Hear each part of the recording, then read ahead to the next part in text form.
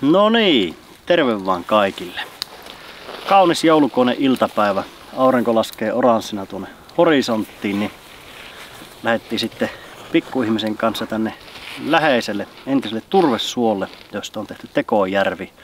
Ja tämmönen retkeilypaikka, niin makkaran paistoon ja ihan oleskelemaan täällä luonnossa talvi-ilmassa pikkupakkasessa. Ja samalla sitten ajattelin, että puhutaan vähän hetkonen tästä uudesta puukosta, mikä meikäläisellä on ollut nyt käytössä.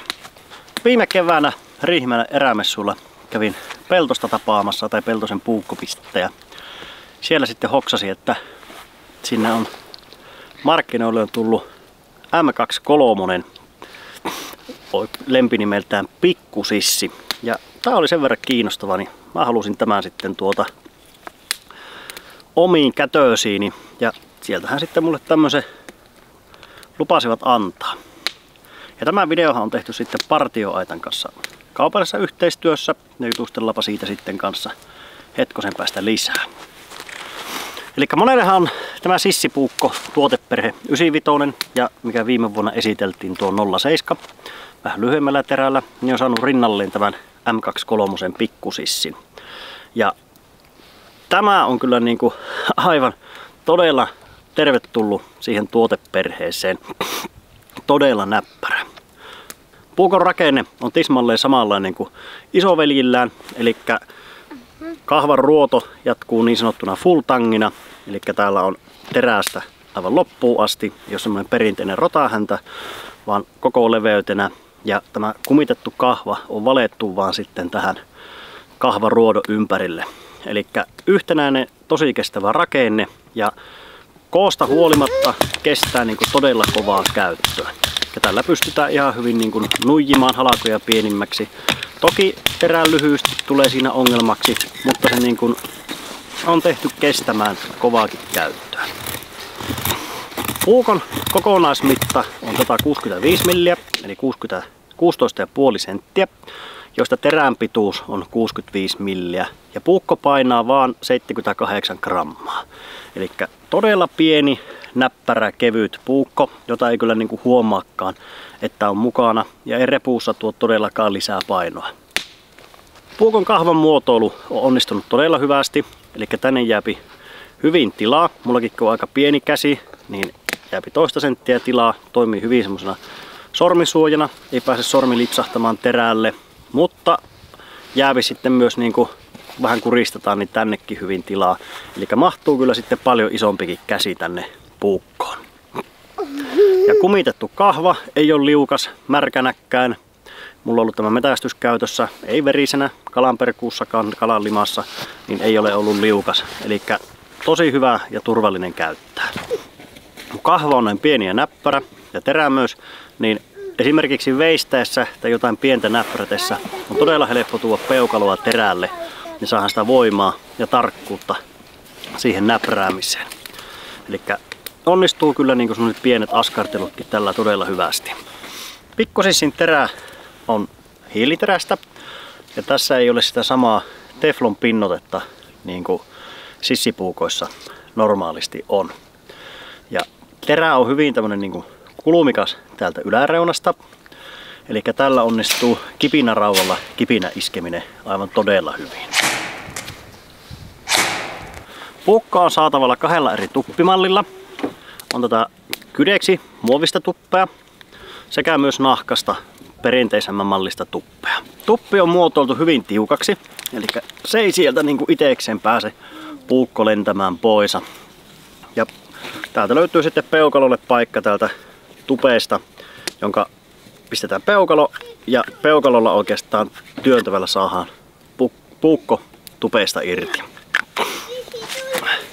Puukon tupeesta löytyy klipsi, jonka avulla puukko on tosi helppo kiinnittää mitä erilaisimpiin paikkoihin. Itse tykkään kuljettaa puukkoa vyöllä, niin muuta klippi paikoilleen ja napsastaan. Ja sitten meillä onkin jo puukko vyössä kiinni. Ja sieltä se on sitten näppärästi saatavilla. Ja puukko on huomaamaton, se kulkee niin kuin sivuuttain vyöllä, niin se ei siinä haittaa. haittaa eikä estä liikettä mitenkään ja on todella huomaamaton. Sitten se on myös helppo laittaa vaikka repuun viilekkeeseen, reppuun kiinni.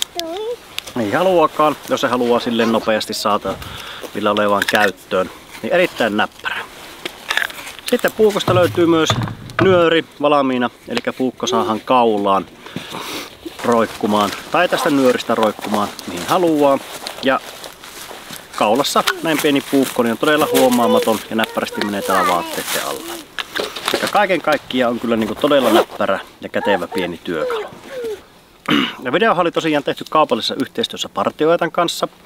Eli tätä Peltosen M23 pikkusissiä on saatavissa Partioaitan liikkeistä sekä Partioaitan verkkokaupasta.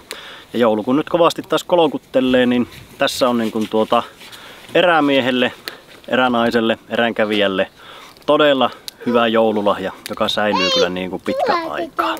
Ja mulla nyt on tämä pikkusissi ollut käytössä tosiaan keväästä alkaen ja monenlaisella reissulla on ollut ja ihan arkikäytössä paketin aukaisuissa. Ja milloin mitäkin oikeastaan tällä on keksitty tehdä, niin on kyllä niin kuin hyvin suoriutunut. Elikkä jos tosiaan haluaa semmoisen pienen huomaamattoman puukon, niin tämä on niin kuin todella hyvä vaihtoehto. Mutta tällä pärjää kyllä sitten myös niin kuin pitkilläkin eräretkillä vaelluksilla, jos haluaa keveyttä siltä puukolta. Tässähän kuitenkin terän leveys on se 65 milliä, niin tällä pärjää niin kuin 90% kaikista siitä käytöstä, mitä tarvitsee käyttää. Eli puita onnistuu katkaista viiltämällä, vuolemiseen, kiehisten teko on todella näppärä.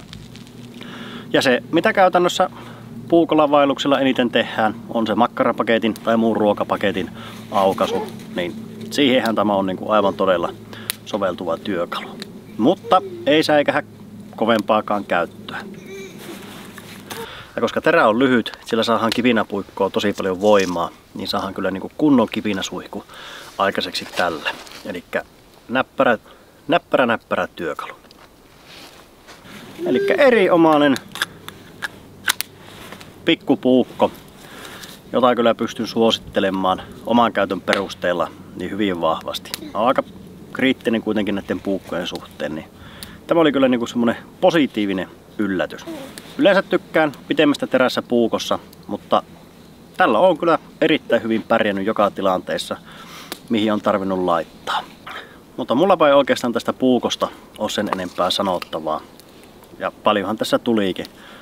Mutta käykää tsekkaamassa Partioaitan sivuilta, niin me ruvetaan tässä paistelemaan makkaraa ja syömään ja lähdetään sitten käymään vielä pikkuisen tuossa kävelemässä ja lähdetään sitten kotiin. Mutta ei siinä kun hyvät jouluodotukset teille vaan ja seuraavan kertaan. Heippa!